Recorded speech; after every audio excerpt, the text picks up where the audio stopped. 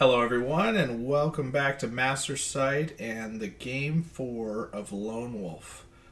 So we coming back in on Sunday. We did not get near enough sleep. We were up way too late playing games with all the other guys. But found out the night before that my opponent was going to be Tom Anus, the handsome devil spy master himself. And this is the first time I get to play Tom. So this is just pretty much a tournament of firsts at this point, which is awesome. So Tom is fighting for his right to go to Masters, and I am here to ruin his dreams. So let's jump into Tom's list here real quick. So Tom's playing Varangur this time around, which is just his undead cosplaying as Varangur.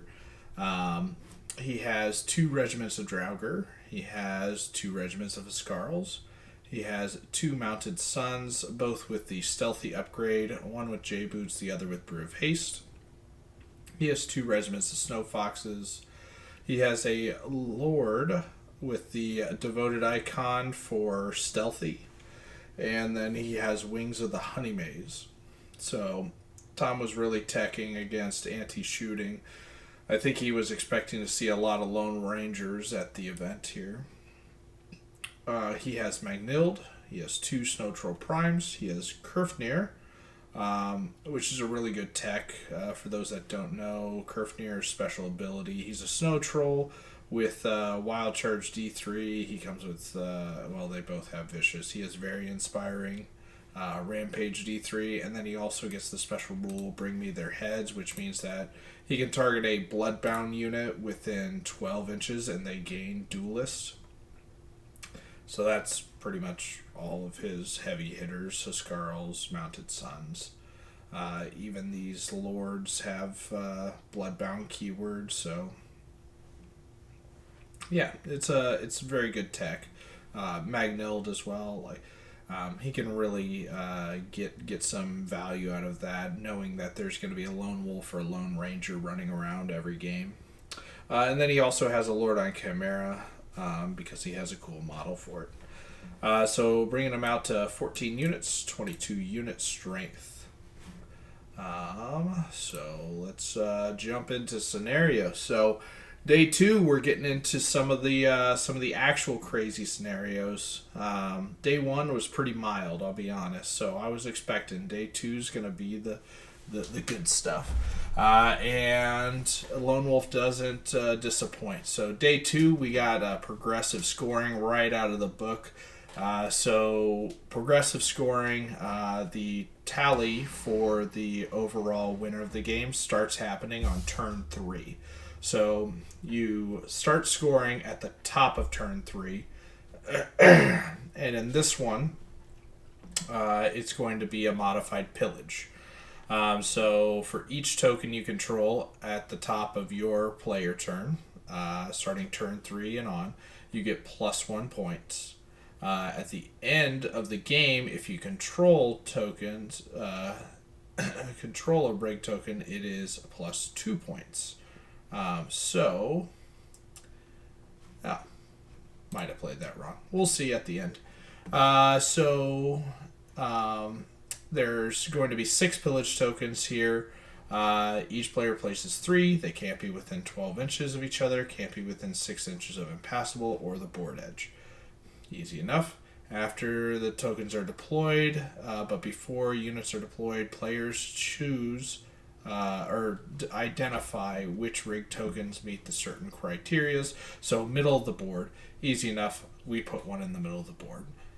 Closest to the middle for your opponents. Players also must secretly note which rig token is their target. So that's going to be down here in just a moment. Rig tokens never move and are scored/controlled by having unit strength within 3 inches of the token. So just like Pillage. So the bonus objectives, you get +2 points for capturing your target rig token. So at the end of the game. So you get an additional +2. So each token should be worth 2. we're supposed to get an additional +2 for that one that we identified as our objective. +1 for capturing the rig token closest to the middle of the board. We're going to have one in the middle. +1 for capturing the rig token closest to the middle of your opponent's table edge. So we'll identify all those here in just a moment. But first we must identify who is Handsome Tom. So the joke was that I heard going around was this game is going to be the most viewed of my channel because obviously everybody's just going to be tuning in to see Handsome Tom. And so I said that I think that's probably true. I just need to use his face as my thumbnail for the video. And man, I'm going to get some heavy traffic. So but let's jump in the game here. So this is deployment. Let's quickly go through terrain. We'll go through the token placements and then units. So terrain, Tom is a Texan and he is used to deploying terrain, so we went ahead and did that. So impassable, we have this bridge thingy over here on the far left is impassable, and this is impassable over here as well. Forest, we got 1, 2, 3 forests, pretty straightforward. We got a few flat pieces too, 1, 2, 3 flats. Hill, we got 1 bottom center, 1 in the exact center. And then obstacles, we said, fuck obstacles, we don't like it, so we put them over here so they can't be used. Tokens, so the middle of the board token, there's one there. There is one under my mummy unit that we cannot see. There is one right here, one right here. So I'm on the side, there's 6 tokens, and there's here and here. So I'm on the side that has 1, 2, 3, and the 4th is in the exact center, basically, which is where I like to be. So I basically have 4 of them to Tom having 2 of them. Now, granted, if Tom gets first turn, he could say he has 3 of them to me having 3 of them. But spoilers, I get first turn. So Tom, in his deployment, he has Mounted Sons. I believe this is the unit with Brew of Haste. He has Kerfnir. He has the other Mounted Sons with J Boots. He has Draugr unit. He has another Troll. I believe Magnild is sitting behind the Troll. The other Draugr unit, or no, I'm sorry, those are the Huskarls. The Draugr unit's here in front of the Chimera. He has his stealthy bubble lord guy, so stealthy's not going to matter. It's just a flying lord at this point. He has a Snow Fox unit behind this Cav unit. He has another Snow Fox unit here behind the Huskarls. He has his Ranger and his last Snow Troll Prime. So for me, I have Skeleton Spearman, Mummy Troop, Undead Worm, which does have its nose right in the forest there. I have the Monolith. I have Bird, and Wolf, as we do, right? We have another Spear Regiment here because the Cavalry's over here, mine not, so we put Spear Regiment there. We have Enslaved Guardians behind, Mummy Regiment in the middle, Sebek, Soul Snare, Shobik. We have Mummy Troop, the other Enslaved Guardians. The one on the left here, close to the forest, has the J Boots. And we have the horde of Skeleton Warriors. So before the game, I decided this token right here was my token of preference that I will score extra bonus points at the end of the game with. So let's go ahead and go to first turn. Oh, little close-ups of his deployment and mine. And my turn, I run forward pretty much. On the left, I'm holding back a little bit. I move within 3 inches of the token, and that's about it. So just some positioning, getting up to this token, moving the birds where I want them, running up the wolf. Nothing too shocking here. It's all good stuff. So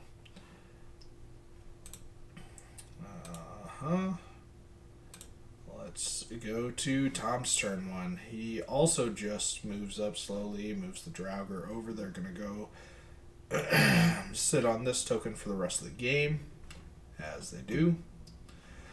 And yeah, otherwise, nothing too surprising. He moved up. He shot his Lone Ranger at the Mummy Troop. Got some shattering on it too. Doesn't break it. You shoot mummies, they heal, they regen. We love it. Don't care about your shooting, Tom. Yeah, but otherwise, pretty standard maneuvering. So at this point, with that maneuvering, my goal is to just push up, not be on the hill, but be behind it to where I'm at least contesting this token or pressuring him to push up. And I believe the token's slightly closer on my side of the hill. So I think he's going to have to move up and be on or touch his side of the hill if he wants to be within 3 inches to negate the scoring that starts on the beginning of my next turn. So that's my goal with that. Otherwise, I'm within 3 inches over here. So yeah, we'll go to, so that's his movement. Going to my turn now. So what I do is I move up. We'll get some close-ups here. On the left, I move sideways, so his cavalry are too thick and juicy that he can't fit his cav base and slide over on this side of the impassable. So the impassable is going to block him off. So what that does is two things here. Let's go back real quick. This unit, which has a straight-up charge right there, is the only one that could fit. He can't double charge with Kerfnir. He can't bring in Magnild. He just can't. The Mummy Troop is backed up and outside of Kerfnir's range. He has Wild Charge D3, so they're not out of his range, but he has to at least roll. And the Mummy Troop is sitting in the forest and within range of the Haste Regiment, but they'll be hindered, and out of the J-Boots Regiment while still being within 3 inches of this token. So that is the intent here. My mummies moved up. I'm just within. I made a mistake. I really should have moved Shobik up even just a little bit further because I am just out of the token, and it hurts me. It's painful, but it's a mistake. Another quarter of an inch, I'd be in. I have this token, I have this token. So I'm setting up to score for next turn. So I have 4 unit strength on this one, only 3 here. There's no way he gets this one. There's really no way he gets this one or contests it away from me. So, yeah, that's where we're at. So we go to, placement. So again, I'm also baiting him in with the worm being here. He doesn't want me to fly over and hit flanks or whatnot. So, yeah, that's what I'm doing with that. And then we set up to shoot the gap here. We're set up to... we rolled a decent amount of regen, so really we only need like 2 or 3 wounds back from shooting. What we did 5 wounds and we wavered the Ranger. We are just so good at this game. Yeah, good lucky dice to start the game, but let me tell you, that turns around quick here. So, yeah, so that is an overall picture going into Tom's turn 2. And what does he do? He charges. So the regiment with the haste wasn't able to get in, so it just moved up. But the regiment with J-Boots was just in range. And then Kerfnir's on that end or that side of the regiment. So he was able to do the double charge. Well played. Good move by Tom. This, with the addition of Kerfnir into that, it should be a winnable combat for him. So he does that. And expecting to win, he doesn't actually get within 3 inches of this token with anybody but this regiment. So if I hold, I get points. But what he does do is he runs the Draugr straight up. He uses these guys as just a blocker for this one token, so they're within 3 inches. It was nothing else was able to get within, so he does that just to deny me a point. It's a good play, but he denies me a point for the turn here.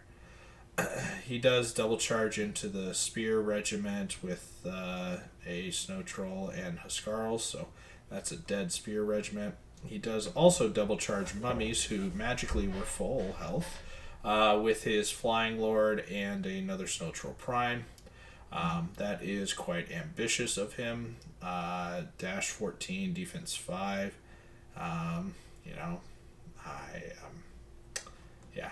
I can't say that I like it.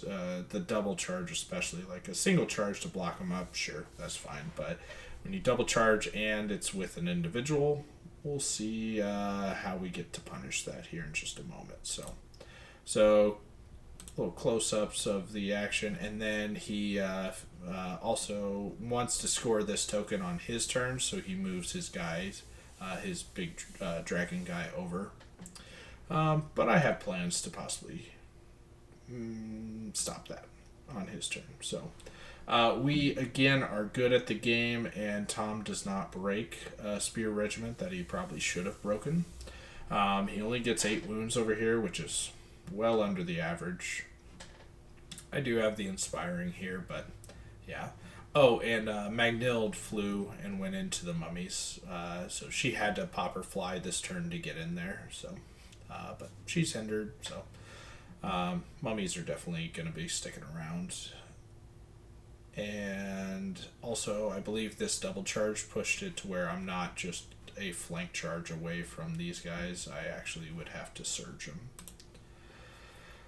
So he kills the Spear Regiment over here, though. He backs up with his Huskarls and positions these guys in such a way that I can't get the front charge with my Enslaved Guardians.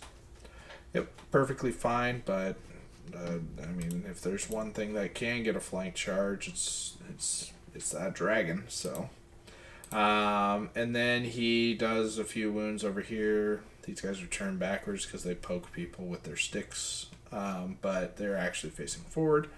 I survive as intended. So this is what it looks like going into turn 3. So. I survived, so I was able to score 1 point. I have this one here, and I have this one. So I'm starting off strong with 3 points towards the progressive scoring. I should have set myself up for 4 points, but I was an idiot, so no good excuse. Now we go into the movement here, and this is what it looks like at the end of the movement. So... as I said, I had some ways to stop some of his scoring, so I went ahead and did that. I charged over the top with the Scavengers. You know, he's height 6. These things are only height 4 and 5 on the hill. So we charge over. We're going to be within range to block him at the beginning of the turn. Yes. Doing things. Yeah. Loving it. Shobik just turned. And guess what? He's going to get surged into an individual. We countercharge the individual, and then they're both going to overrun and hit a Snow Troll. And ideally, we just knock down the dominoes, and we look at the rest of the stuff over here. I also take the flank of the Huskarls and the front with the Wolf. I believe I popped the Cloak of Death this turn. For my one-time ability with him. I think I just forgot to declare it at this point, and the tokens aren't out yet. But we countercharge the Horsies because Kurfnir has regen, so there's really no point. And we're going to die next turn anyway, so there's really no point.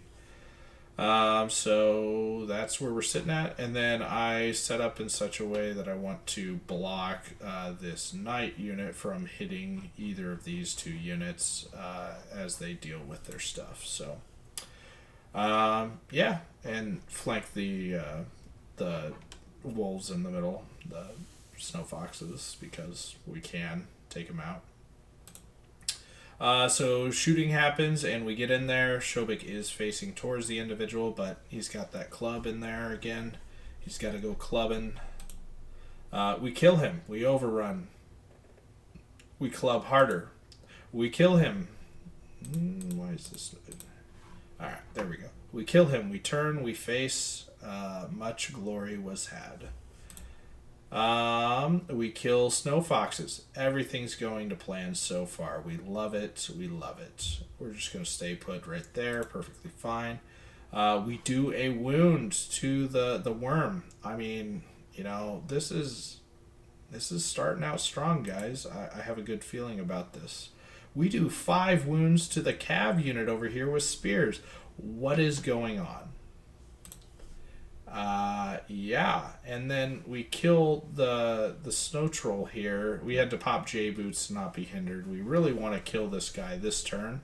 And we unfortunately we roll snake eyes, but we use our tournament reroll.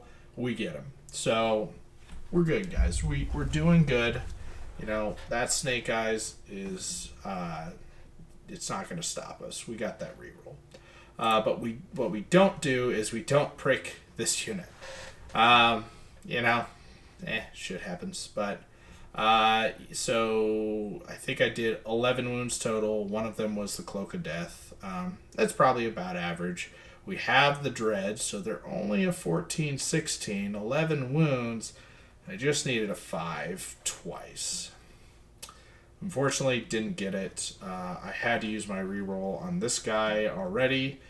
So I believe this was actually a back-to-back Snake Eyes situation. So I rolled Snake Eyes, re-rolled it, got it. Then I rolled for this one, and I rolled Snake Eyes again. Yeah. Well, shit sucks. Oh well. Everything else went really good, above average. We're happy. So, you know, that's not going to stop us here. So we go to Tom's turn. Let's go to the top of Tom's turn here. So real quick. So he has 1 token here. He was not within range of this token. This one was contested. Before the movements, you'll see here, I had 3 to his 2. So nope, doesn't have that one. And I have the other one. So right now, I scored 3 at the top of the turn. Tom only scored 1. So we're winning. We're winning. We're feeling good, and we killed a good amount of stuff too. And it's going to take him a while to chew through some of these things. So Tom does some nice maneuvering over here with the Draugr coming off the hill. The Snow Foxes doing a little loop-de-loop behind, running through his unit. And then he got the Huskarls into the mummies, because I did have to position the mummies in such a way that they were on the hill. Wanted to stay within the token, all that good stuff, so he could see me. That's fine. I mean, he shouldn't kill mummies in one go, right? Right. So he counter charges here. He charges in with the what's it called? The Lone Ranger as well. He counter charges the worm. Charge. Yep, cool. And flank charge. So all that's looking great. Good.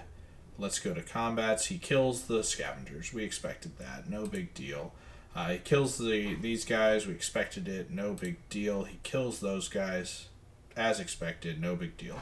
Oh, he did decide kind of last minute and moved it. But Magnilled, instead of going back into the mummies who regened and then got healed back up to full, he wanted to guarantee kill this, so he took Magnilled over to here. And he got the kill. So all that's expected. So, but he, you know, didn't get the kill on the mummies. That's the key thing. The mummies definitely needed to live this turn.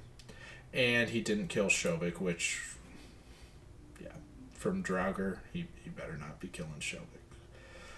Alright, so this is what it looks like for top of turn 4. So scoring wise, I don't have this one. I do have this one, I do have this one, and this one is contested or out of my... Yeah, he has that one actually right now. So I only get 2 points this turn. So it's okay. We're up to 5 to 1.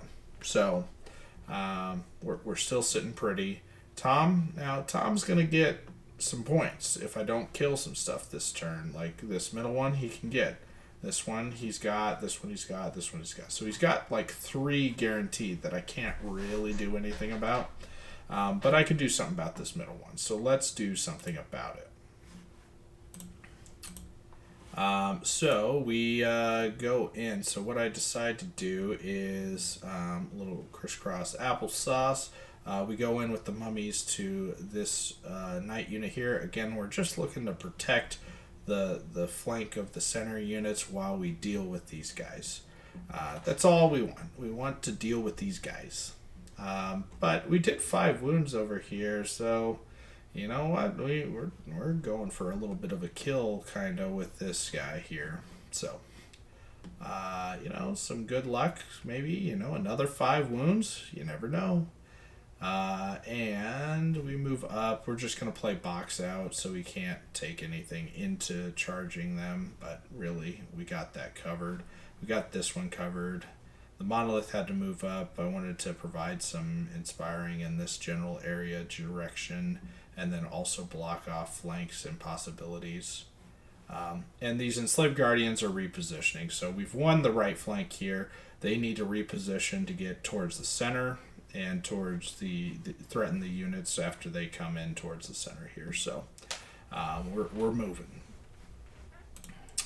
So combat, we got a waiver over here, which was pretty good. I also had positioned or chose this so that because Kurfnir could not see past his unit here. But with the waiver, he's just going to back up. He'll still be able to see, but the idea was he wouldn't be able to double charge, and with a waiver, he can't anyway, so we're fine with that. Oh, boys. Remember how I Snake Eyes this unit last turn? Well, now it's devastated, and it got Snake Eyes. So, what is that? Snake Eyes number 3? Well, that's all right. It's unfortunate, but it's all right. We're going to make do. We're going to make things work. Oh, good. Shobik and the mummies killed Draugr that were uninspired, so that's a good thing. We're loving that. We're rolling the flank on the right side. We can't quite pop the units over here, but it's okay. So what that does is it guarantees he can't get the center token scoring now. So Tom's turn. This is after he moves, but remember we counted. He could have gotten 4, but we killed that unit, so he got 3. So it's 5-4. I'm still up by 1 going, after turn 4 here. But he goes in and he decides, a counter charge and a charge with the dragon into the slave guardians. He brings Magnild into the flank. These guys are full, but I would rather not have a devastated Huskarl unit into them. It's an extra 10 attacks, still do a good amount of damage, because hitting on 3s, winning on 3s, like you're looking at 5 more damage that is there that shouldn't have been there. But I digress. And then he just moves up like so. I'm not, he's moving these snow foxes in such a way that his, what's it called? A Lone Ranger can shoot. But his Lone Ranger's not really shooting anything. These guys were turned around facing the opposite direction from the movement he had to do. That makes sense now. I was thinking, like, why didn't he just charge those? But, okay, this makes more sense. They are also within 3 inches of that center token, because why not? So over here, he backs up as much as he can. Kurfnir comes in. Kurfnir gives himself Duelist. Yep, expected. He shoots at, I don't know, maybe the Soul Snare or something. Either way, doesn't do anything, whatever he shoots at. He kills the individual, and he overruns, and he rolls a 1. I think Tom's used his reroll at this point. I forget exactly on what, but it was a nerve test that was just below, and he did enough to kill. So this would have been probably not needed, but this could have been a good time to use the overrun, kill an individual, get into the flank of the mummies here, but might have been even a rear. So, and then his cavalry, who were disordered from taking wounds from the mummies, thank God.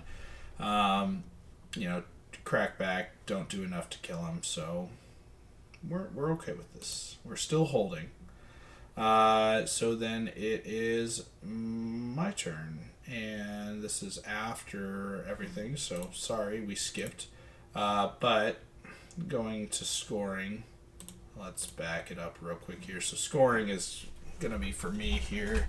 So I was up by 1 now at this point. He has this contested now, so I don't have the center. I only have these 2.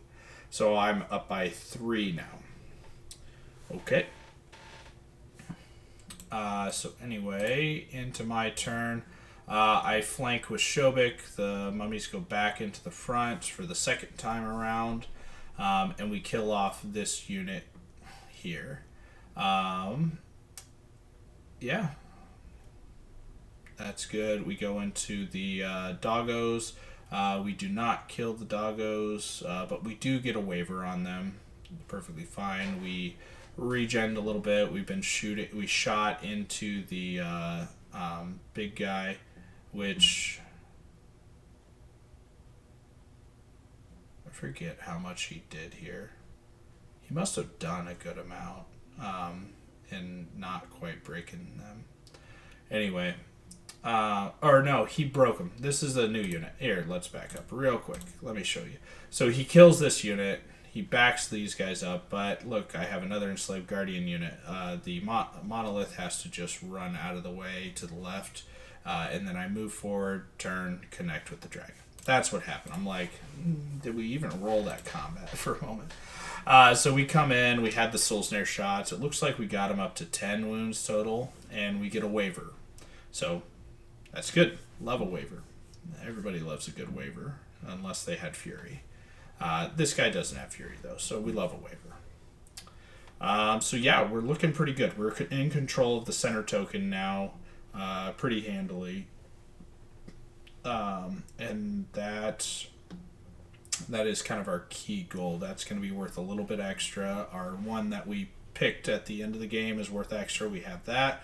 Unfortunately, with the maneuvering, we aren't able to get the one in our bottom center. That one is still left, or is going to be left unclaimed this next turn by us, unfortunately, but I had to do it to get the enslaved guardians in over here. Sebek decided to run away and hide, so out of front arc, can't connect because of the mummy unit. So the one thing that could get her is Magnild, and Kurfnir could give duelists to Magnild, which would ruin my guy absolutely. So if Tom really wanted that, he could, but not sure why he doesn't do it. So we'll go into this here. And it's insignificant, but I think over on the left flank here, I rolled another Snake Eyes on these cav. Like, they're up to maybe like 5-6 wounds, so it's not a true Snake Eyes, but that's my 4th one of the game at this point, so it just pains me a little. Yeah, so we're in a good position, though. So combat-wise, this is what Tom's movement. He comes in, he flanks, he countercharges the front. He decides to move Magnild over this way. I don't know if he's coming after the Soul Snare or what exactly he's doing, but it's not...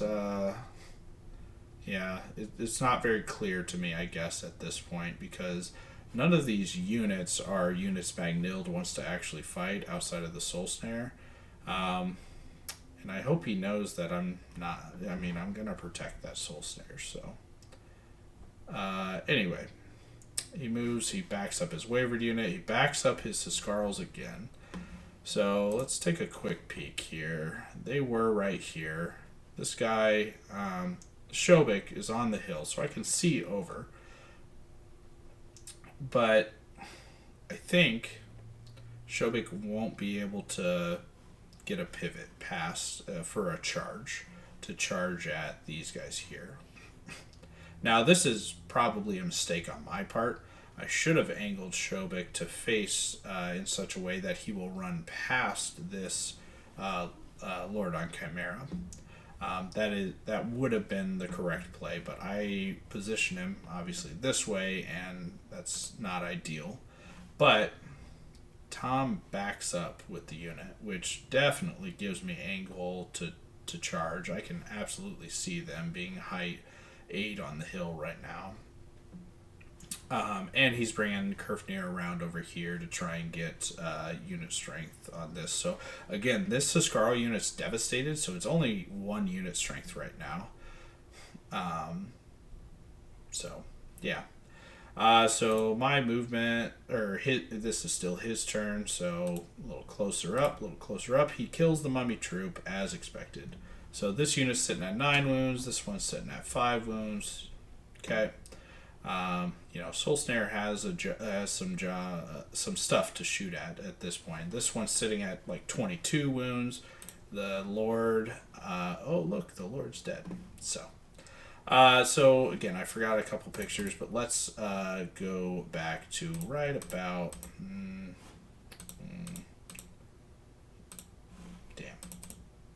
Here will work. So. Again, his Lord was wavered. He just stayed engaged, so none of this changes. So what I do after he had backed up, Shobik goes, hits the flank over here. I countercharge first with these guys. So what that does is it moves them over slightly to be touching the mummies. Now the mummies then declare a charge on the individual. That has to force them to pivot because they can't just run straight forward and hit it. So they pivot in such a way that their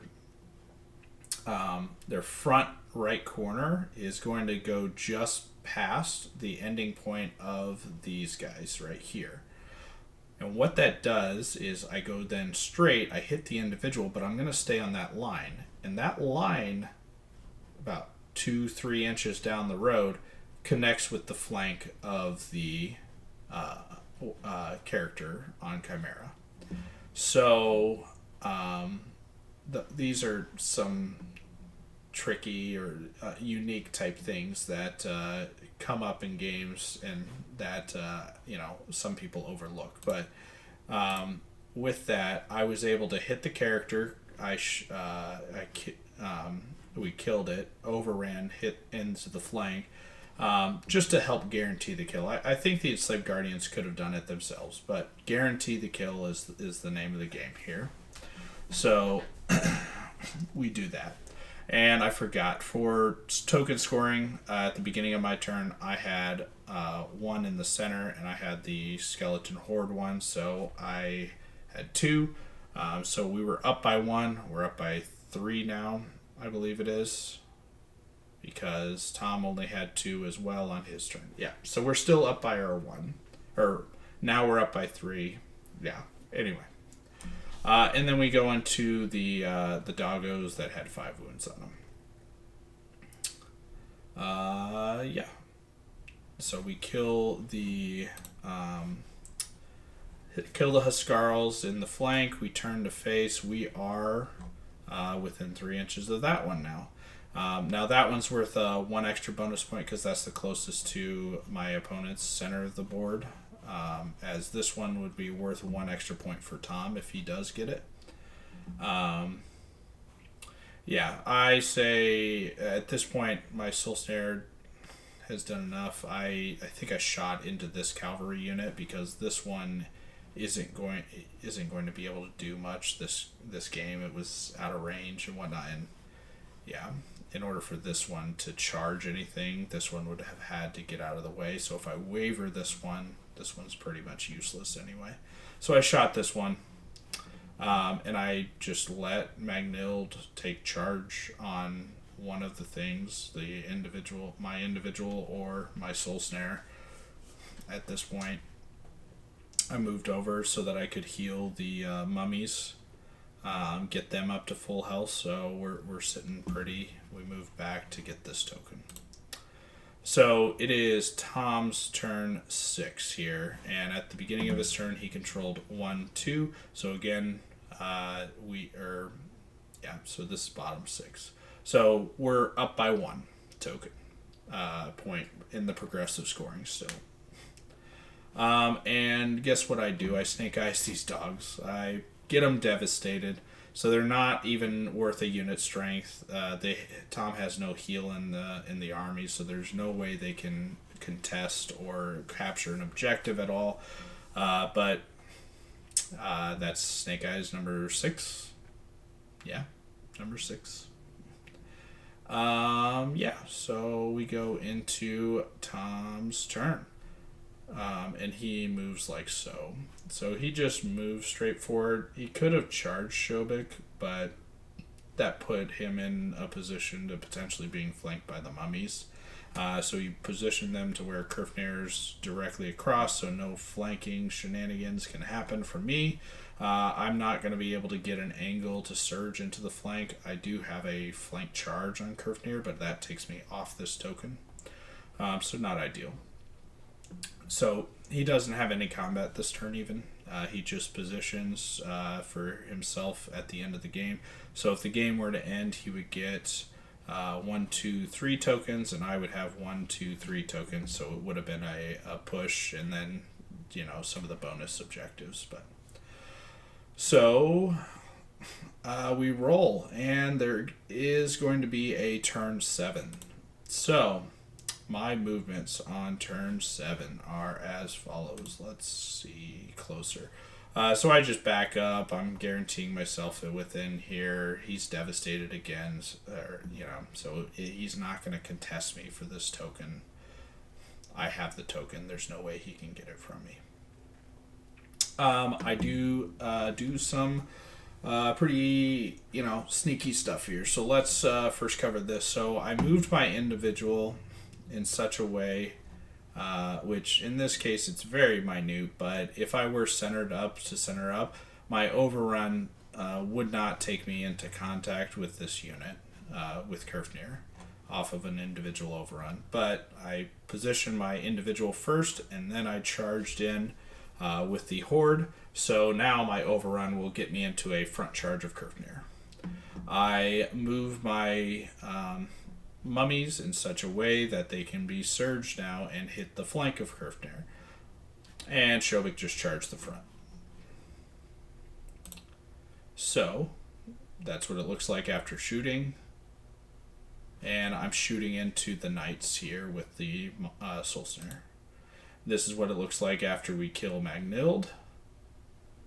And this is what it looks like after we roll 2 more Snake Eyes. I got like 30, I don't know, I rolled pretty darn good for wounds. I got like 20 plus wounds on Kurfnir. Roll the Snake Eyes. Alright, well, Soul Snare damage plus Shobik, this unit's up to 11 damage right now. So I need, if I killed Kurfnir, it was only a 6 once, now it's a 6 twice. Didn't matter, I rolled Snake Eyes for the first roll. So I rolled 8 goddamn Snake Eyes this turn. Tom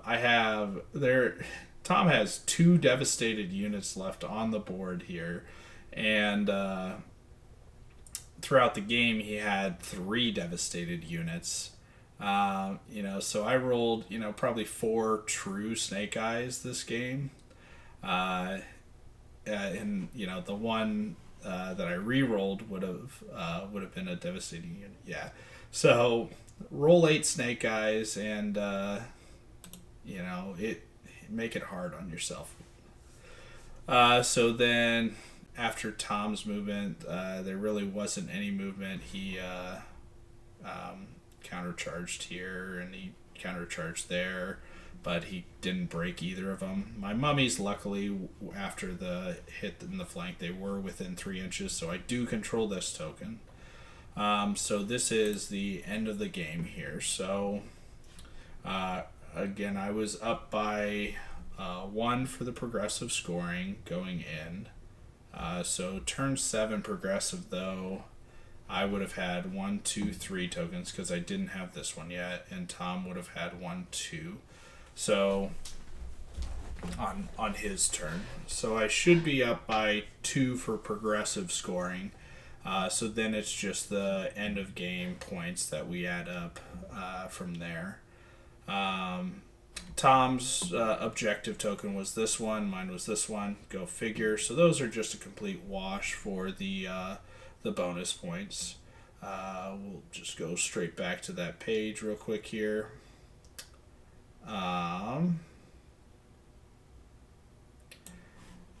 So +2 for capturing your target rig, +1 for capturing the rig closest to the opponent's middle of the board. So I had that one.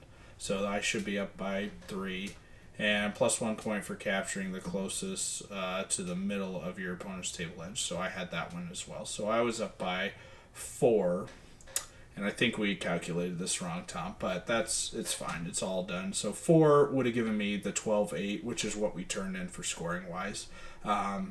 But we forgot at the end of the game that each controlled rig is worth +2 points. So I had 4 rigs controlled to his 2 at the end.